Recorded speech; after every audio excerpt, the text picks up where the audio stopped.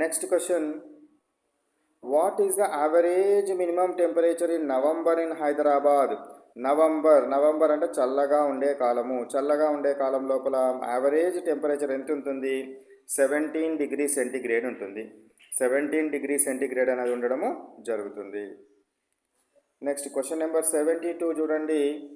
How much is the difference between highest maximum and lowest minimum temperature?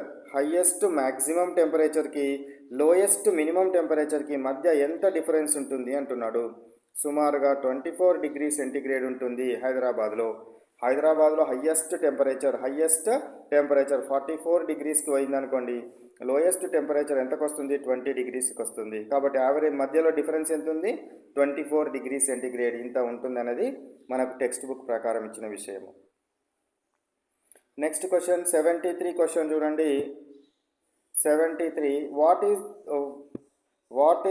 The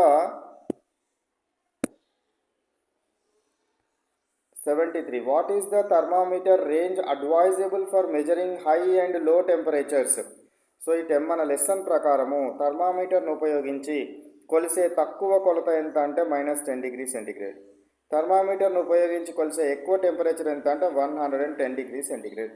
తక్కువ కొలత 110 degree centigrade, highest temperature 110 degree centigrade థర్మామీటర్ను ఉపయోగించి కొలవాలి అనే విషయాన్ని మన లెసన్లో చెప్తాం.